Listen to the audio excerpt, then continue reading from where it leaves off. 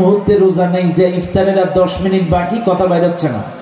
ধান কাটা শুরু হয়েছে, কথা শেষ না, ধান কাটাও শেষ, এখন রোজাও না। আমার সাথে একটু কথার সাথে পাই টু পাই জবাব দেওয়া লাগবে। শোনেন, আমার সাথে কিন্তু প্রত্যেকটা কথার পাই টু পাই জবাব দেওয়া লাগবে। মুখ বন্ধ করে থাকলে চলবে না। এ জবান দিয়েছেন কে? আরো জোরে বলেন কে? আজকে দেখেন আমরা মানুষ কত বড় নাফরমান, কত বড় অকৃতজ্ঞ আমরা।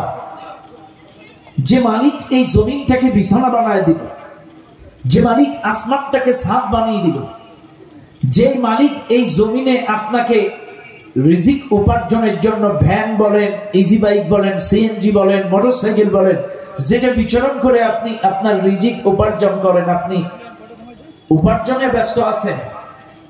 এরপরে আপনি দেখেন যে শক্তি দিয়ে আপনি কাজগুলো করেন, সেই মালিকের জন্য দৈনন্দিন 75টা মিনিট সময় আপনাদের বরাদ্দ হয়। 5 মিনিট 10-15 মিনিট করে সময় যদি 5 ওয়াক্ত নামাজে দেন, দৈনন্দিন 75 করে মিনিট সময়, 24 ঘন্টার মধ্যে 75 মিনিট সময় আমরা আল্লাহকে দিতে পারি না। অথচ এই আল্লাহ আমাদের বিনামূল্যে রিজিক দিচ্ছে, বিনামূল্যে অক্সিজেন দিচ্ছে, এই জমিনটাকে বিছানা বানায় দিল, আসমানটাকে ছাদ বানালো। সেই মালিকের জন্য 75 মিনিট, আর সেই মালিকের প্রশংসা, কৃতজ্ঞতা, সদা সর্বদা কৃতজ্ঞতা। আমরা এত বড় নাফরমান যে এই জবান দিয়ে সুবহানাল্লাহ আলহামদুলিল্লাহ বলতে চাই না। অথচ 500 টাকার জন্য আমরা গলা ফাটায় নির্বাচনী স্লোগান দিই। অবশ্য 16 বছরে স্লোগান প্রমাণ হয়নি, কথা হয়েছে নাকি? আমি মাঝে মাঝে চিন্তা করি যে ওদের কথা বলবো না, কিন্তু এসে যায়। মাঝে মাঝে চিন্তা করি কিছু বলবো না, কিন্তু এসে যায়। বাইরে এরা এত খারাপের খারাপ। আমাদের তো জেল জুলুম হামলা মামলা দিছে, বাড়ি থাকতে দেয় না। আমাদের বাচ্চা যারা যারা মরে গেছে ওগরেও কবরে শুতে দেয়নি, কবর থেকে উঠিয়ে নাই ভোট দিয়েছি। এই টানা রোদে কবরের মানুষগুলো তুলে এনে ভোট দেওয়ার তোর কি দরকার এত কষ্ট দেওয়ার? কথা না, আমাদের তো হামলা মামলা দিছে, এদেরকেও কবর থেকে তুলে আনছে। এত খারাপের খারাপ। যাই হোক, এই মাহফিলে যারা আছেন মনে রাখবেন প্রত্যেকটা কথা, এলোপাতাড়ি ভাবে বসবেন না। আল্লাহর হস্তে আপনারা কিন্তু গাবুরা পাতাখালীর লোক না, এলাকার মানুষ। এলাকার মানুষ যদি শৃঙ্খলা সুন্দর না করেন, আপনারা যদি শৃঙ্খলায় সহযোগিতা না করেন, তো আমি কি বাইরের মানুষকে বলবো যে আপনারা গায়ে গায়ে আসেন? সব এলাকার মানুষ। আমি অনুরোধ করবো যারা থোকায় থোকায় আছেন, আমি কিন্তু কঠিন কথা বলতে বাধ্য হব। এলাকায় যারা মানুষ আছেন আপনারা এই থোকায় থোকায়, এই যে দুটো মোটরসাইকেল কাঁধে, সর্বোচ্চ 3 মিনিট সময় দিলাম, যদি না সরান এই মোটরসাইকেল কিন্তু মুসর করে রাস্তার ওই পারে নিয়ে যাবে। স্বেচ্ছাসেবক কিন্তু আছে। সর্বোচ্চ 3 মিনিট। আল্লাহ রাস্তায় আপনি দরকার হলে স্টেজের পিছনে দেবেন, আর না হলে এই মাঠের বাইরে আপনার সেফটি জায়গায় নিয়ে যাবেন, নাইলে কিন্তু এই মোটরসাইকেল উঁচু করে বাইরে নিয়ে যাবে। তাড়াতাড়ি তাড়াতাড়ি করবেন, যাতে মোটরসাইকেল, এই 2টা মোটরসাইকেল মাঠের মধ্যে, হ্যাঁ 3 মিনিটের মধ্যে আপনারা বাইরে দেবেন। আর আল্লাহ রাস্তায় আপনাদেরকে বলছি, এই মাহফিল আমাদের, এই সুন্দর করার দায়িত্ব আপনাদের। আমাদের মাহফিল, আপনাদের মাহফিল। সবাই মিলে যদি সহযোগিতা না করেন এই মাহফিলটা সুন্দর হবে না। একটু পরে আরো লোক আসবে ইনশাআল্লাহ। হামজা ভাই আসার আগেই, হামজা ভাই উঠলে তো আরো মাঠ ভরে যাবে ইনশাআল্লাহ। এর জন্য অনুরোধ করবো আপনারা একটু সহযোগিতা করেন। আর আশেপাশে যারা দূরে আছেন একটু সামনের দিকে চেপে চেপে আসেন। আসেন না বাপ, পেছনে যারা আছেন সবই এলাকার মানুষ, বাইরের মানুষ না। একটু আসেন, একটু কষ্ট করে কাজ করেন না ভাই, একটু কষ্ট করেন। আসেন আসেন আসেন, একটু পেছনে যারা থোকায় থোকায় বসছেন আমি অনুরোধ করছি, আসেন আল্লাহ রাস্তায় আসেন। থোকায় থোকায় যারা বসছেন, দেখেন মাছি কিন্তু 2 প্রকার, একটা মৌমাছি, একটা গুই মাছি। বেশি ডিপলি ব্যাখ্যা করব না, আপনারাই জানেন 2 মাছির বৈশিষ্ট্য কি। বেশি ওয়াশ করলে গায়ে যাবে, বেশি ওয়াশ করব না। আল্লাহ রাস্তায় একটু আসেন, আপনারা চেপে চেপে আসেন। মৌমাছি কিন্তু চেপে চেপে বসেন, গায়ে গায়ে বসে, একটার পর একটা বসে, সুন্দর সুশৃঙ্খল ভাবে ঐক্যবদ্ধ থাকে। আল্লাহ রাস্তায় আপনাদেরকে অনুরোধ করছি, আপনারা একটু চেপে চেপে সামনের দিকে আসেন। আসেন আসেন আসেন। এরপরে আমার কিন্তু চোখ ভালো, প্রচুর শাক খাওয়া চোখ, নাম ধরে ডাকবো কিন্তু এইবার। আসেন আসেন আসেন, দ্রুত আসেন। হ্যাঁ, আর ভূমিকায় কথা বলবো না, আসেন আমার সঙ্গে আপনারা আলোচনায় চলে যায়। আমি আবার বলছি, আল্লাহর রাস্তায় সামনে চেপে আসবেন এবং দয়া করে আমার সাথে কথার পাঠ্যপাঠ জবাব দেবেন। সবাই তেলাওয়াত করেন। আউযু বিল্লাহি মিনাশ শাইতানির রাজিম। বিসমিল্লাহির রাহমানির রাহিম। ইয়া আইয়ুহাল্লাযীনা আমানু ইন্না কাসীরাম মিনাল আহবারি ওয়ার রুহবানি লা ইয়াকুলুনা আমওয়ালান নাসি বিল বাতিলি ওয়া ইয়াসুদ্দুনা আন সাবিলিল্লাহ والذين يكنزون الذهب والفضة ولا ينفقونها في سبيل الله فبشرهم بعذاب أليم صدق الله العظيم। সূরাটির নাম সূরাতুত তাওবা। এই সূরাটা নাযিল হয়েছে মদিনায়। এই সূরাটার 34 নম্বর আয়াত আমি আপনাদের সামনে তেলাওয়াত করেছি। এই মাহফিলে যারা আছেন প্রত্যেকটা কথা একটু মনোযোগ দিয়ে খেয়াল করবেন। এই সূরাটার অনেকগুলো বৈশিষ্ট্য আছে, অনেক ফজিলত আছে, কিন্তু এই দিকে আমি যাব না, সময় সংক্ষিপ্ত। মূল কথা হলো 34 নম্বর আয়াতের মধ্যে আল্লাহ তাআলা কি বলছেন? আল্লাহ তাআলা বলেন, ইয়া আইয়ুহাল্লাযীনা আমানু, হে যারা ঈমান এনেছো, ইন্না কাসীরাম মিনাল আহবারি ওয়ার রুহবানি লা ইয়াকুলুনা আমওয়ালান নাসি বিল বাতিল।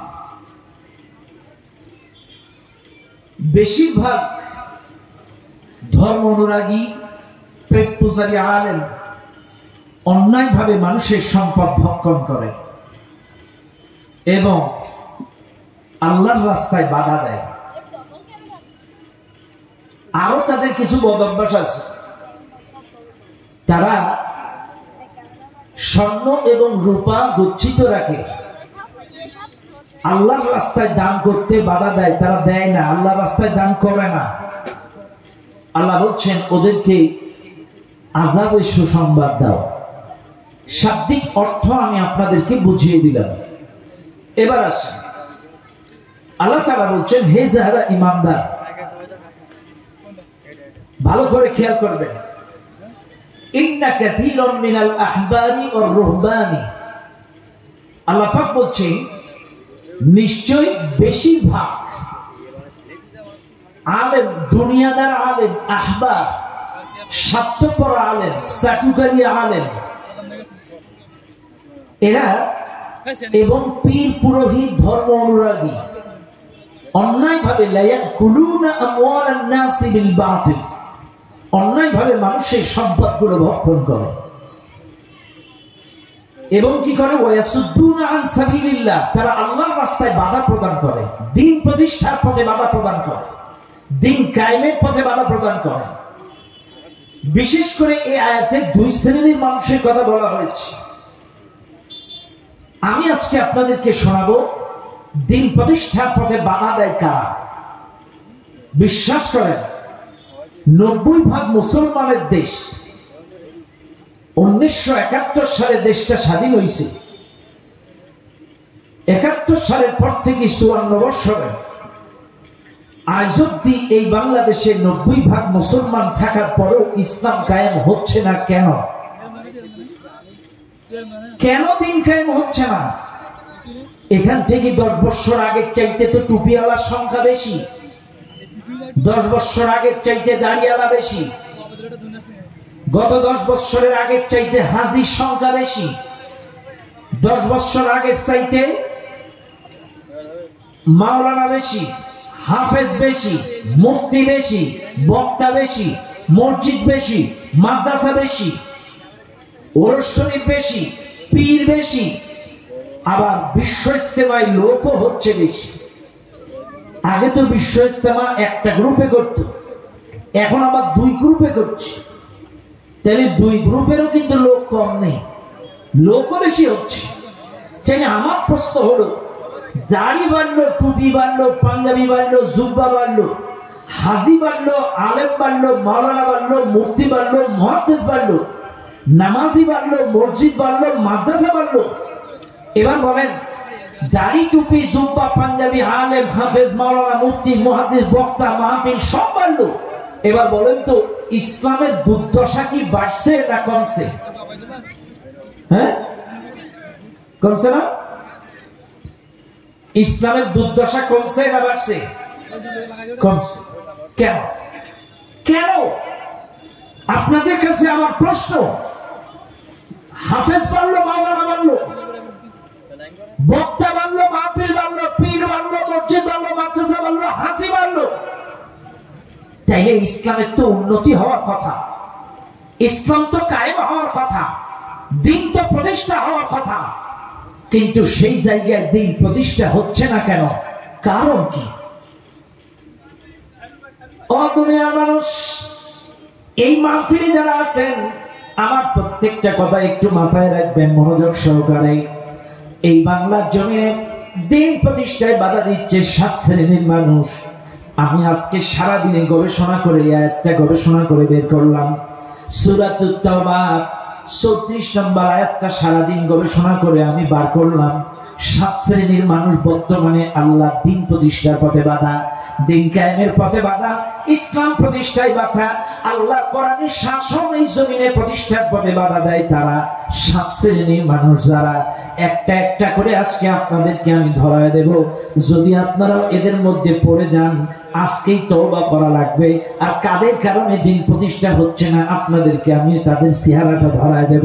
হয় তাদেরকে ভালো হওয়ার দাওয়াত দিবেন, নাইলে তাদেরকে প্রতিহত করার চেষ্টা করবেন। কারণ আল্লাহর জমিনে 90% মুসলমান হওয়া সত্ত্বেও আল্লাহর জমিনে যদি দিন প্রতিষ্ঠা না হয়, আল্লাহর কোরআনী শাসন যদি প্রতিষ্ঠা না হয়, একটাবার বলেন, কবরে যাওয়ার পরে যদি প্রশ্ন করা হয়, আল্লাহর বান্দা এই জমিনে, বাংলার জমিনে তুই ছিলি, 90% মুসলমান তোরা, দাড়ি ছিল, টুপি ছিল, জুব্বা ছিল, কিন্তু আমার দিন কায়েমের কতটুকু ভূমিকা পালন করছিস? আল্লাহ যদি প্রশ্ন করে, কি জবাব দিবেন? কি জবাব দেবেন আল্লাহর কাছে? এক, দিন প্রতিষ্ঠায় বাধা দিচ্ছে কারা, একটু খেয়াল করেন। এক, আহবাব, ইন্না কাসীরাম মিনাল আহবাব। 1 নাম্বার হচ্ছে এই দুনিয়াদার স্বার্থপর চাটুকার হুজুরেরা। ভালো করে শুনে নেন, আমি যদিও বক্তা, তারপরেও আমার বলতে কোনো বাধা নেই। আজকে এই বাংলার জমিনে ইসলাম প্রতিষ্ঠায় সবচাইতে বেশি বাধা আমাদের মতো কিছু আলেম ওলামা, কিছু চাটুকারী ইমাম, কিছু চাটুকারী আলেম, কিছু চাটুকারী বক্তা। এই চাটুকারী হুজুরদের কারণে আল্লাহর জমিনে দিন প্রতিষ্ঠা হচ্ছে না, এই বাংলার জমিনে দিন প্রতিষ্ঠা হচ্ছে না। এই বাংলার জমিনে ইসলাম থেকে খণ্ড বিখণ্ড করে দ্বিখণ্ডিত করে ফেলছে আলেম ওলামারা। কথা বলেন ঠিক না বেঠিক? 1 নাম্বার সাধারণ পাবলিক না, এটা কোরআন বলছে সূরা তাওবা 34 নম্বর আয়াত। 1 নম্বরে বাধা দিচ্ছে দুনিয়াদার আলেম, স্বার্থপর আলেম, চাটুকার আলেম। আজকে দেখেন, এটা কিন্তু কোরআনের আয়াত, হাদিস নেন। ওয়াহাল বাদদালা দ্বীনা ইল্লাল মুলুক ওয়া আহবারুস সুই ওয়া রুহবানুহা। যুগে যুগে 2 শ্রেণীর মানুষ ইসলামের সবচেয়ে বেশি ক্ষতি করেছে। 1 নাম্বার হচ্ছে দুনিয়াদার আলেম, 2 নাম্বার হচ্ছে শাসক গোষ্ঠী। 1 নাম্বার কারা? দুনিয়াদার আলেম।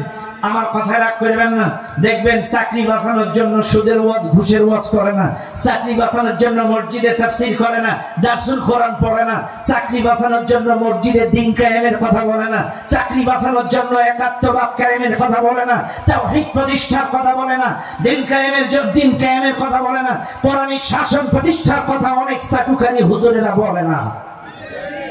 কেন? চাকরি থাকবে না। কথা বলে না, চাকরি থাকবে না, এজন্য বলা নাই। আর শুধু তাই না, এরা আমাদের দেশের মানুষগুলোকে ডিভাইডেড করে ফেলছে। এদেরকে ইসলাম শিখাইছে নামাজ, ইসলাম শিখাইছে রোজা, ইসলাম শিখাইছে জিকির, ইসলাম শিখাইছে পীর মুরিদ। আমার কথা রাগ করবে না। আমাদের মতো কিছু হুজুর নাই, আয়াত পড়ে আর দাওয়াত দেয় নামাজে। ওয়া খালাকতুল জিন্না ওয়াল ইনসা ইল্লা লিয়াবুদুন। আল্লাহ জিন এবং ইনসানকে সৃষ্টি করেছে তার ইবাদতের জন্য। আসো নামাজ পড়ো। ইবাদতের আয়াত পড়ে নামাজের ব্যাখ্যা, তাই শুধু নামাজটাই ইবাদত।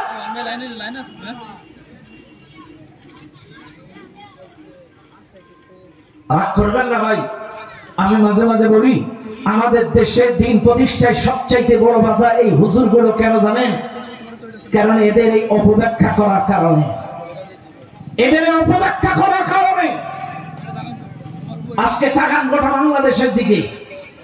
আমি মাঝে মাঝে আমার আলোচনায় উদাহরণ দিয়ে থাকি। আপনারা বলেন তো, রিক্সা যারা চালায় 8 কেজি ওজনের মাছ প্রতিদিন খাইতে পারে? ভ্যান যারা চালায় 8 কেজি ওজনের মাছ খাইতে পারে? পারে না তো? আচ্ছা, এক ভ্যান আলার ভ্যানে এক বিদেশি উঠছে, একটু ডলার টলার দিছে, ইনকাম ভালো হয়েছে। আজকেই বড় বাজারে যে 8 কেজি ওজনের একটা বড় ভেটকি মাছ বলেন আর অন্য মাছ বলেন কিনে আনছে বাজার থেকে। 8 কেজি ওজনের মাছ কিনে এনে মাছ কেনার আগে, এই বড় মাছ কেনার আগে প্রতিদিন ভ্যান চালাইতো আর অল্প অল্প করে কাটা কাটা মাছ কিনে আনতো। দেখবেন বড় বাজারে বড় মাছ উঠলে এটা পিস পিস কেটে কেটে বিক্রি হয়। কি বিক্রি হয়? পিস পিস কেটে কেটে বিক্রি হয়। ওর একটা ছেলে আছে 4 বছরের, 1 কেজি কাটা মাছ নিচ্ছে 200 টাকা দিই। আব্বা এটা কি? মাছ। আচ্ছা। কিছুদিন পর আবার 1 কেজি। আব্বা এটা কি? মাছ। আচ্ছা। কিছুদিন পর আবার 1 কেজি। এটা কি? মাছ। এইভাবে কাটা মাছ পিস মাছ খাইতে খাইতে এই ছেলেটার বয়স এখন 18 বছর। আজকে একটা 8 কেজি ওজনের বড় আস্ত মাছ এনে উঠোনের পর শোয়াই রাখছে। ছেলেটা জিজ্ঞাসা করছে, আব্বা এটা কি? বলে মাছ। এটা মাছ হবে কেন? মাছ মানে কাটা মাছ, মাছ মানে পিস মাছ। ওই যে কাটা কাটা কিনে নিয়ে আসতো, মাছ মানে কি? পিস। তখন বলছে এটা মাছ না, মাছ মানে পিস। তখন এই ছেলেটার বাবা বলছে, দেখো এটা আস্ত মাছ, এটা মাথা, এটা নেজা, এটা দাগা, এটা পেট, এটা পিঠ। তখন ছেলেটা বলছে না, মাছ মানে পিস। এত বুঝাচ্ছে কিন্তু ছেলেটা বুঝছে না। এটা মাছ নয়, এবার চলবে না, হবে না, খাবো না। মাছ মানে পিস। কারণ 4 বছর বয়স থেকে 18 বছর পর্যন্ত পিস মাছ খেয়ে খেয়ে বড়। হঠাৎ যদি আস্ত মাছ বাবা দেখায় বা শেখায় বা বাড়ি আনে, ওই ছেলেটা কখনো এই মাছটা মাছ বলে স্বীকারোক্তি মূলক জবানবন্দি দিবে না। ব্যাস, এটা যেমন বাস্তব। আমার দেশের মসজিদের কিছু কিছু চাটুকারী ইমাম সারা বছর এদেরকে শিখাইছে ইসলাম মানে নামাজের পিস, ইসলাম মানে জিকিরের পিস, ইসলাম মানে দাঁড়িয়ে জুব্বার পিস। এই জন্য আমরা হুজুররা যখন মাঝে মাঝে বলি অর্থনীতিতে ইসলাম, রাজনীতিতে ইসলাম, পরিবার নীতিতে ইসলাম, সমাজনীতিতে ইসলাম, সবকিছুতে ইসলাম, পরিপূর্ণ ইসলামের ওয়াজ যখন করি, উদখুলু ফিস-সিলমি কাফা, তখন এক শ্রেণীর লোক বলে, হুজুর কি অপব্যাখ্যা করে, ইসলাম মানে তো নামাজের কথা বলেন। ইসলাম মানে কি? ওই যে নামাজের পিস। এই জন্য কপাল পোড়ারা সুদ খায়, ঘুষ খায়, নামাজটা ঠিক আছে। জেনা করে, ব্যভিচার করে, নামাজ ঠিক আছে। ওই যে হুজুর বলছে নামাজ পড়ো, যা করো করো করো করো, নামাজটা পড়ো। কথা বলেন, কথা বলেন। এই জন্য আমার দেশের হুজুরদের কারণে এরা নামাজ রোজার বাইরে বের হতে পারে না। কারণ ম্যাক্সিমাম মসজিদের ইমাম যদি পরিপূর্ণ ইসলাম শিখাতো, উদখুলু ফিস-সিলমি কাফা, পরিবারে ইসলাম, অর্থনীতিতে ইসলাম, রাজনীতিতে ইসলাম, সমাজনীতিতে ইসলাম, শিক্ষানীতিতে ইসলাম, এই রাষ্ট্র চালা যাবে ইসলাম দিয়ে। গোটা জিন্দেগিতে যদি পূর্ণাঙ্গ ইসলামের রূপরেখা জাতির সামনে মসজিদে মাহফিলে তুলে ধরত, এই জাতি শুধুমাত্র নামাজ আর জিকির নিয়ে পড়ে থাকতো না। আজকে এই জাতিকে শুধু মসজিদের 4 দেয়ালে বন্দী করার কারণ এই মসজিদের ইমামরা। কারণ এরা মনে করে ইসলাম শুধু মসজিদে, ইসলাম শুধু 2-1টা আমলের ভেতরে, আর কোথাও ইসলাম নেই। কিন্তু কপাল পোড়া মুসলমানেরা এই আয়াতটা পড়ে না। আলিয়াউমা আকমালতু লাকুম দীনাকুম ওয়া আতমামতু আলাইকুম নি'মাতি ওয়া রাদিতু লাকুমুল ইসলাম দীনা। আমি তোমাদের জন্য আনুগত্যের বিধানটাকে পূর্ণ করে দিলাম, তোমাদের ত্যাগের জন্য দিনটাকে পরিপূর্ণ করে দিলাম। কিন্তু আজকের এই দেশের মুসলমান পরিপূর্ণ দিন নিয়ে কথা বলে না। আজকের এই হুজুরদের কারণে এটি বাইরে। আজকে আপনাদেরকে বলে যাই, আল্লাহ যতগুলো আয়াত কোরআনে নাজিল করেছে, দেখেন না রোজার ব্যাপারে আয়াত নাজিল করছে, ইয়া আইয়ুহাল্লাযীনা আমানু কুতিবা আলাইকুমুস সিয়াম, তোমাদের জন্য রমজানের রোজা ফরজ করা হয়েছে। কিন্তু এই জায়গায় কিন্তু বলেনি তোমরা রোজার ব্যাপারে ফেরকা সৃষ্টি করো না। আল্লাহ কিন্তু বলেছে ওয়া আকিমুস সালাত ওয়া আতুজ যাকাত, সালাতের কথা বলেছে, যাকাতের কথা বলেছে, কিন্তু সালাতের ক্ষেত্রে ফেরকা সৃষ্টি করো না, যাকাতের ক্ষেত্রে ফেরকা সৃষ্টি করো না, এই কথা আল্লাহ বলেনি। পর্দার ব্যাপারে ওয়াকারনা ফি বুয়ুতিকুন্না ওয়ালা তাবাররুজনা তাবাররুজাল জাহিলিয়াতিল উলা, পর্দার ব্যাপারে আল্লাহ আয়াত নাযিল করেছে, কিন্তু বলা হয় না পর্দার ব্যাপারে ফেরকা সৃষ্টি করো না। কিন্তু আল্লাহ কিন্তু বলেই দিয়েছে খবরদার দিন কায়েমের ক্ষেত্রে কোনো ফেরকা সৃষ্টি করবা না।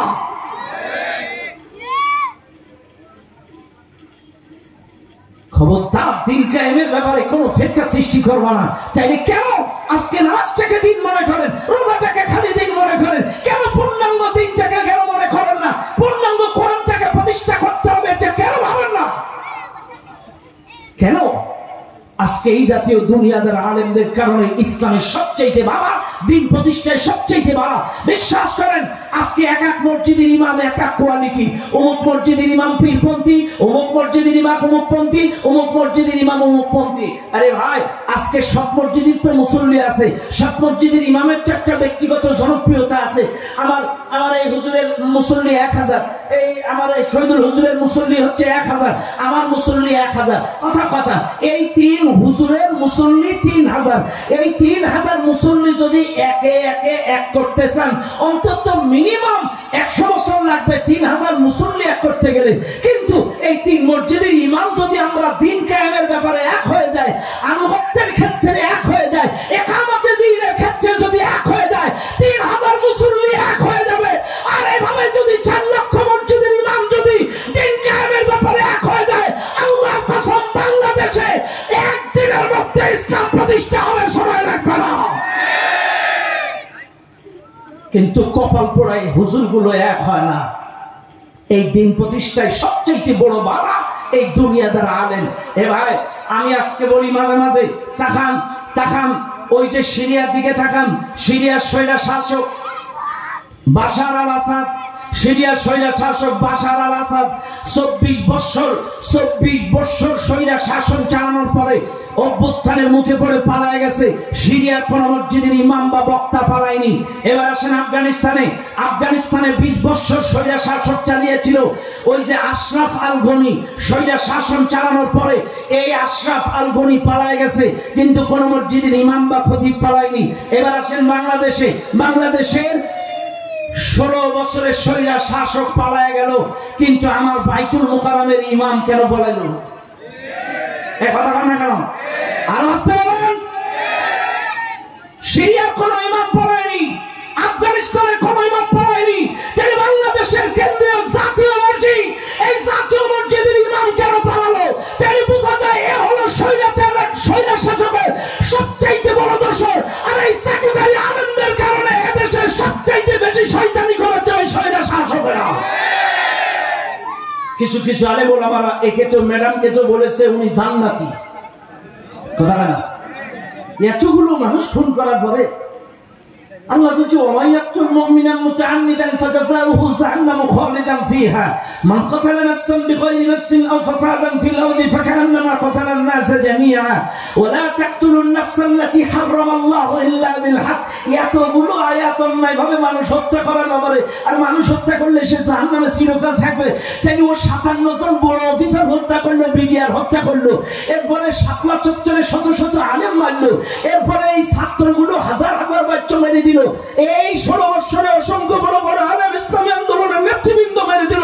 এত কিছু পরে যদি বলে জান্নাতি, চাইলে আপনারা বলেন দিন প্রতিষ্ঠার পথে কাফের ইহুদি খ্রিস্টানরা সবচাইতে বড় বাধা, সবচাইতে বড় বাধা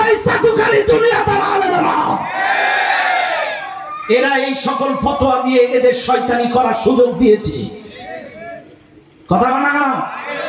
এই চাটুকারী, আমার কথা রাগ করেন না, কথাগুলো বুঝবেন। সাইদি সাহেবের বিরুদ্ধে মিছিল হয় রাজপথে, আম পাবলিক মিছিল করলেও মেনে নিয়ে যায়।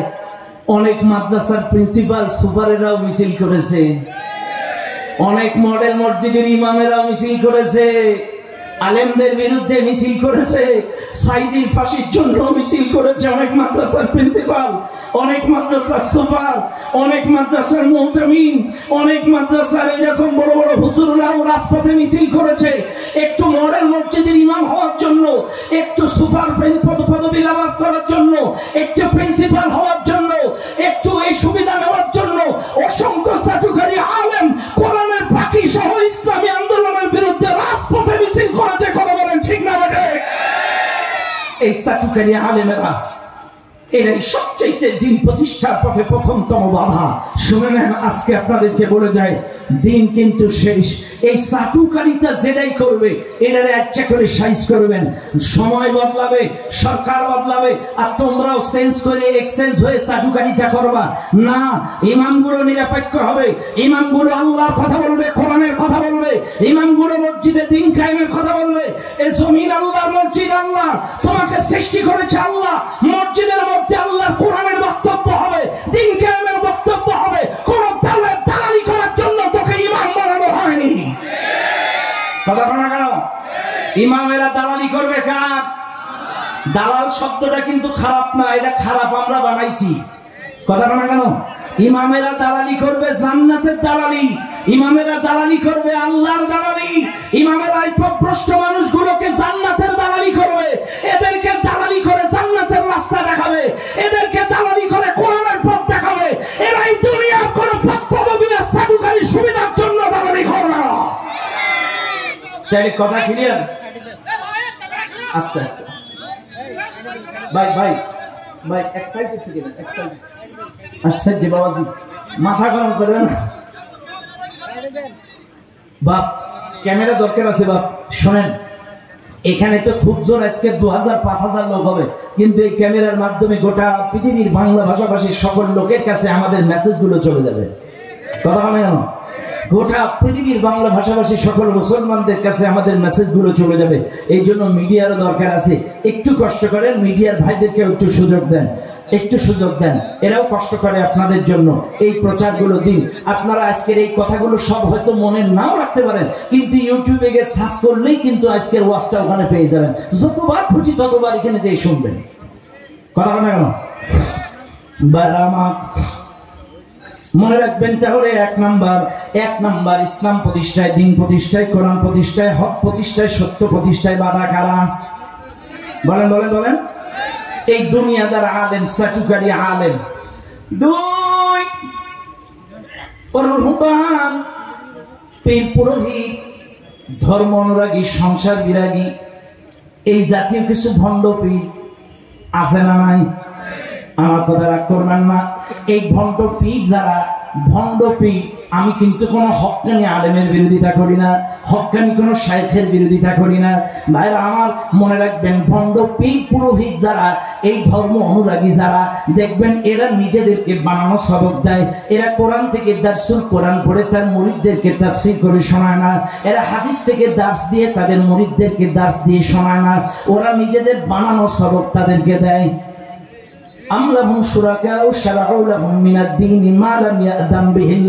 এরা নিজেরা আল্লাহর দেওয়া শরিয়াত বাদ দিয়ে নিজেরা শরিয়াত রচনা করে। আর শুধু তাই নাই, আল্লাহ কোরআন বলতেছে এই জাতীয় ভণ্ড পীরদের কাছে ওহী আসে। কি আসে? হ্যাঁ আসে।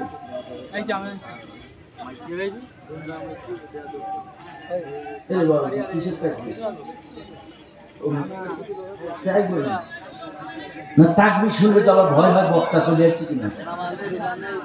আচ্ছা, এই সাইডে আমার এতগুলো লোকজন, বাবাজি আপনাদের যদি মাজায় ব্যথা না থাকে ভেতরে আসেন না, আপনারা বসলে তো মাঠটা পরিপূর্ণ হয়ে যাবে। মাজায় ব্যথা না থাকলে বাবাজি সবাই চলে আসেন সামনে। আশেপাশে যারা আছেন একটু বসেন না ভাই, এই যে ডান সাইডে আপনারা বসেন না, এটা আসেন, আসেন ভিতরে আসেন, সবাই আসেন। ওই দেখেন আমি কিন্তু ফাউল কোনো কথা বলি না। শোনেন, ভণ্ড পীর পুরোহিত এই জাতীয় শয়তানের ছেলেদের কাছেও কিন্তু ওহী আসে। ওহী কিন্তু দুই প্রকার। শোনেন, ফাউল কথা আমি বলা লোক না। ওহী দুই প্রকার। একটা ওহী আল্লাহর পক্ষ থেকে ফেরেশতাদের মাধ্যমে নবীদের কাছে আসতো, আর দুই নাম্বার ওহী মিস্টার ইবলিসের কাছ থেকে তার সৈন্য সেলা সামান্ডা ভণ্ড পীরদের কাছে আসে। আলা ইন্না শায়াতিনা আউলিয়াইহিম লিইউজাদিলুকুম, কোরআনের আয়াত। এই ইবলিস শয়তান তার ভণ্ড পীর মুরিদদের কাছে কিছু কিছু ওহী নাজিল করে, বানানো ফতোয়া, বানানো মাসালা, বানানো তৈরি করা সবক, ওটা ইবলিসের পক্ষ থেকে আসে, আর এই ফতোয়া দিয়ে জাতিকে গোমরাহ করে। কথা বলেন ঠিক না বেঠিক? আরো জোরে বলেন। এই ভণ্ড পীর পুরোহিত এক শ্রেণীর, এরাই মানুষকে গোমরাহ করে, এরাই মানুষকে পথভ্রষ্ট করে, আর এরাই কিন্তু দেখবেন লায়াকুলুনা আমওয়ালান নাসি বিল বাতিল, তারা অন্যায়ভাবে মানুষের সম্পদগুলো ভক্ষণ করে। আরে ভাই, ও গরু আনো, ছাগল আনো, ছাগল মানত করো, গরু মানত করো, দুম্বা মানত করো, উট মানত করো, মানত করলেই তোমার মনের আশা পূরণ হয়ে যাবে, মানত করলেই তোমার বাচ্চা হবে। 40 বছর বিয়ে করছে, বাচ্চা হয় না, 40 বছরে বাচ্চা হবে, 18 বছরে বাচ্চা হবে। ছাগল দাও, ঘোড়া দাও, টাকা দাও, চাল দাও, ডাল দাও। কথা বলা কারা? লায়াকুলুনা আমওয়ালান নাসি বিল বাতিল, এরা অন্যায়ভাবে মানুষের সম্পদ ভক্ষণ করে। কথা বলে না কেন? কথা ঠিক না ঠিক? এরা অন্যায়ভাবে মানুষের সম্পদ ভক্ষণ করে পেটের মধ্যে ঢোকায়। ও মুসলমানেরা, এরপরে দেখেন এই ভণ্ড পীর সাহেবদের কাছে কারা দান করে। শোনেন, এবং আল্লাহর দ্বীনের পথে, দ্বীন প্রতিষ্ঠার পথে 4 নম্বরে বাধা দেয় অবৈধ কোটিপতি যারা, অবৈধ লাখপতি যারা, অবৈধ কোটিপতি যারা, এরাও দ্বীন প্রতিষ্ঠার পথে বাধা দেয়। আপনারা দেখবেন এই ভণ্ড পীরদের ওরসে, ভণ্ড পীরদের মাজারে দান করে কারা? অবৈধ কোটিপতি যারা। আকাম কুকাম রডের বদলে বাস, রাস্তার টাকা, ব্রিজের টাকা, কালওয়াটের টাকা, দুর্নীতির টাকা, চাটুকারির টাকা, চুরির টাকা, যত টাকা বছরে বছরে ওর শরীরে বাবার দরবারে যে 10টা গরু 20 মণ চাইলে ও সম্পদ সব হালাল। কথা না? এজন্যই কোরআন বলছে লায়াকুলুনা আমওয়ালান নাসি বিল বাতিল, ওরা অন্যায়ভাবে মানুষের সম্পদ ভক্ষণ করে। ওরসের নাম করে, প্রতিষ্ঠানের নাম করে যারা ভক্ষণ করে, বিশ্বাস করেন এই জাতীয় ভণ্ড পীরদের কাছে দান করবেন না, অন্যায়ভাবে এই ভণ্ড পীরদের মাজারে কিছু দিবেন না। যা কিছু দান করবেন আল্লাহর জন্য, দ্বীনের জন্য, শুনেন, দ্বীন প্রতিষ্ঠার জন্য খরচ করবেন, দ্বীন কায়েমের জন্য খরচ করবেন, মাদ্রাসার জন্য খরচ করবেন, মসজিদের জন্য খরচ করবেন। ভণ্ড পীরদের কাছে দেবেন না। দেখবেন দ্বীন প্রতিষ্ঠায় বাধা দেয় 4 নম্বরে অবৈধ কোটিপতি, আর এরা কিন্তু চায় না দ্বীনটা প্রতিষ্ঠিত হোক, কারণ যদি দ্বীন কায়েম হয়ে যায় অবৈধ উপার্জন কি আর হবে? চোর চুরি করলে চোরের হাত কাটা যাবে। আপনারা দেখেছেন অলরেডি আমাদের আলিপুরের এক মুরব্বী, হ্যাঁ, আমাদের ডিসি কাকু অবৈধভাবে যে জমিগুলো নিচ্ছিল সে কাকু সব ছাড়াই নিয়েছে। কথা বলেন, রাগ করবেন না আপনারা। এই ডিসি কাকু এসে সব ছাড়াই নিচ্ছে। চাইলে দেখবেন এরাই কিন্তু, ভাই আমার কথা রাগ করবেন না, যুগে যুগে যারাই অবৈধ উপার্জন করে, অবৈধ খায়, মানুষের জমি লুণ্ঠন করে, মানুষের জমি জায়গা দখল করে, অবৈধ উপার্জন করে, এরাই দ্বীন প্রতিষ্ঠায় বাধা দেয়, এরাই দ্বীনের আমাদেরকে আঘাত করে, এরাই আলেম ওলামার বিরোধিতা করে, এরাই ইমামদেরকে বেজ্জতি করে, এরাই যারা অবৈধ টাকায় যারা মালিক হয়েছে। এই ভণ্ড পীর পুরোহিত এরা কিন্তু আল্লাহর দ্বীন প্রতিষ্ঠায় বাধা দেয়। ওরা বলে এটাই দ্বীন, এটাই ইবাদত, এটাই নামাজ, এটাই জিকির, এটাই সব। তোমার নামাজ রোজা কিছু লাগবে না, খালি জিকির করো। কথা বলেন, কথা বলেন। এই ভণ্ড পীর পুরোহিতেরা। এরপরে আসেন, এরপরে কারা? এরপরে হচ্ছে শাসক গোষ্ঠী। শাসক গোষ্ঠী দ্বীন প্রতিষ্ঠায় সবচাইতে বাধা দেয়। আপনারা তাকান, 1971 সালের পর থেকে 54 বছরে এই বাংলাদেশে দ্বীন প্রতিষ্ঠায় সবচাইতে বাধা দিয়েছে এই শাসক গোষ্ঠী, স্বৈরাচার শাসক যারা পালায় গেছে। কথা বলে না কেন? সবচাইতে দ্বীন প্রতিষ্ঠায় বাধা দিয়েছে এই স্বৈরাচার শাসকের দল। আপনারা তাকায় দেখেন, এরা যতটা দ্বীনের ক্ষতি করেছে 16 বছরে, এতটা ক্ষতি বাংলাদেশে কেউ করে নাই। কথা বলেন ঠিক না বেরে? সবচাইতে দ্বীন প্রতিষ্ঠায় বড় বড় মাদ্রাসাগুলো জঙ্গিবাদের নাম করে তালা লাগাই দিছে, বড় বড় আলেমদেরকে জঙ্গিবাদের নাম করে যাবজ্জীবন কারাদণ্ড দিয়েছে, বড় বড় আলেমদেরকে মিথ্যা অপবাদ দিয়ে রাজাকারের তকমা লাগিয়ে তাদেরকে ফাঁসির কাস্টে ঝুলিয়েছে। কথা বলেন ঠিক না? কারণ এরা জানে আলেম আলেম ওলামারা দিন প্রচারের পাওয়ার হাউস। ও ভাই, আমাদের এই বিনের পোতায় একটা বিদ্যুতের পাওয়ার হাউস আছে, এরপরে আমাদের সাতক্ষীরায় পাওয়ার হাউস আছে, আমাদের ঝাউডাঙ্গায় পাওয়ার হাউস আছে। যদি পাওয়ার হাউসের মিটার টিটার জ্বলে যায়, পাওয়ার হাউস বাস্ট হয়ে যায়, বিদ্যুৎ সাপ্লাই কি চলে? যেখান চলে। তো এই বাংলাদেশে দিন প্রচারের পাওয়ার হাউস, কোরআনের পাওয়ার হাউস, দ্বীনের পাওয়ার হাউস হচ্ছে আলেম ওলামারা, দাঈ আল্লাহরা।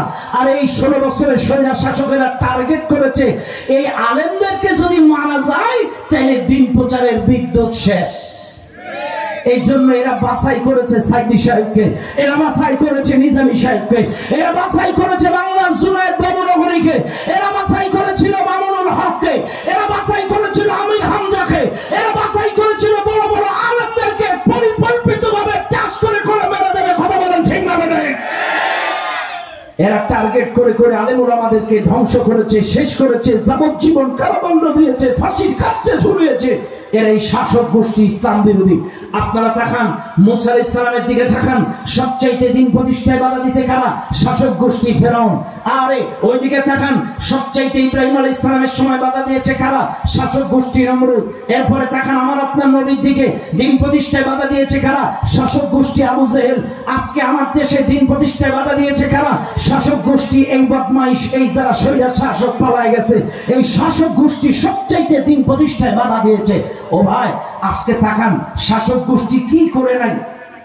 আজকে আপনারা অবাক হয়ে যাবেন, যখন মুসা আলাইহিস সালাম দিন প্রচার শুরু করে দিল, এই কারণ একা তো অবৈধ কোটিপতি, কারণ যারা অবৈধ পথে উপার্জন করে, যারা অবৈধ পথে কামাই করে, রাতারাতি লালে লাল হয়ে যায়, এদের যদি যাকাত ভিত্তিক সমাজ ব্যবস্থা কায়েম হয়ে যায়, আল্লাহর জমিনে যদি দিন কায়েম হয়ে যায়, তখন তো ওদের যাকাত দেওয়া লাগবে, সম্পদের ভাগ তো গরিবের দেওয়া লাগবে। এই জন্য কিন্তু ওরা দিন প্রতিষ্ঠা হোক এটা ওরা চায় না। কথা বল না কেন? দিন প্রতিষ্ঠা হোক এটা ওরা চায় না, এই জন্য ওরা বিরোধিতা করে। তখন কারণ কখন খারাপ হলো? কারণ কিন্তু কোটিপতি অবৈধ উপার্জন করেছিল, দখলদারি করে অসংখ্য টাকার মালিক, কোটি কোটি। তৎকালীন সময় সবচেয়ে গোটা পৃথিবীর ধনী ছিল কারণ। এই কারণ কখন বিরোধিতা করলো? যখন তার কাছ থেকে যাকাত কালেকশনের কথা বলা হলো, তখনই কিন্তু মুসার বিরুদ্ধে মিথ্যা মামলা দায়ের করলো। কি মামলা? মুসা আলাইহিস সালামের বিরুদ্ধে ধর্ষণের মিথ্যা অভিযোগ দায়ের করলো। কত বড় শয়তান এই কারণ! এই কারণ মুসা আলাইহিস সালামের বিরুদ্ধে, কারণ যখন যাকাত ভিত্তিক সমাজ ব্যবস্থার কথা বলা হলো, এই কারণ তখন মুসা আলাইহিস সালামের বিরুদ্ধে অভিযোগ দায়ের করলো। কি? এই মুসা পতিতালয়ে যায়, মুসা আলাইহিস সালামের বিরুদ্ধে মিথ্যা অভিযোগ দায়ের করলো। আপনাদের খেয়াল আছে কিনা জানি না, সাবজা সিনজিম্বা সাবজা, এই সাবজা তৎকালীন সময়ের একজন সুন্দরী পতিতা ছিল। এই পতিতার কাছে কারণ যাইতো, ফিরাউন যাইতো, সবাই যাইতো। এই কারণ রাতের অন্ধকারে সাবজার কাছে যে বলছে, সাবজা, এই মুসার দিন প্রচার বন্ধ করা লাগবে, যাকাত ভিত্তিক তাওহীদ প্রতিষ্ঠা, দিন প্রতিষ্ঠার কাজ বন্ধ করা লাগবে। মুসার দিন যাতে কেউ না শোনে, ওর ওয়াজ যাতে কেউ না শোনে, ওর তাফসীর যাতে কেউ না শোনে। যা, মুসার বিরুদ্ধে যদি তুই একটা মিথ্যা সাক্ষ্য মেরে দিতে পারিস, তোরে 5 আর সাক্ষ্য দেওয়ার পরে আরো 10 দেব। বলছে ঠিক আছে, আমি রাজি। কি সাক্ষ্য দেওয়া লাগবে? বলছে মুসা যখন এরকম ওয়াজ করবে, তুই হঠাৎ করে ওই মাজলিসে যে ওয়াজ শুনবি, ওয়াজ শুনতে শুনতে টান করে দাঁড়ায় বলবি, তোমরা যেই হুজুরের ওয়াজ শুনছো, ওর হুজুর হাত দরবারে যায় আর পতিতালয়ে যায়। এই একটা মিথ্যা মেসেজ যদি ড্রপ করে দিতে পারো, চাইলে মুসার ওয়াজ আর শুনবে না। এত বড় বক্তা, এত বড় নবী, এত বড় হুজুর, আর মুসা আলাইহিস সালামের ওয়াজ শুনবে না।